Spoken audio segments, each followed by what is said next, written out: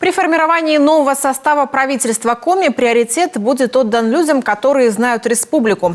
Об этом в видеообращении сегодня рассказал глава. Владимир Уйба отметил, что прислушивается к советам лидеров общественных мнений и депутатов Госсовета.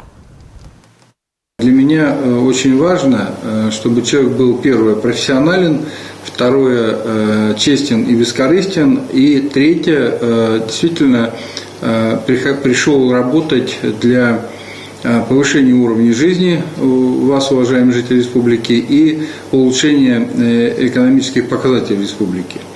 Причем это может быть не обязательно человек, который сегодня проживает в республике, но он в свое время родился в республике, закончил здесь вуз, затем по разным причинам уехал работать в другие регионы, но сейчас мы знаем, что такой человек есть, мы его приглашаем, советуемся, еще раз повторяю, и в конце концов, конечно, при выборе, при прочих равных из двух человек, человек, который знаком с республикой, как я уже сказал, родился, жил или живет здесь, и человек из другого региона, который не знает специфику республики, конечно, будет отдан приоритет человеку, знающему республику.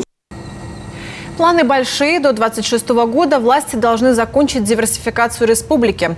Будет открыто более 5000 рабочих мест. До конца марта этого года нужно утвердить план социально-экономического развития республики в правительстве Российской Федерации.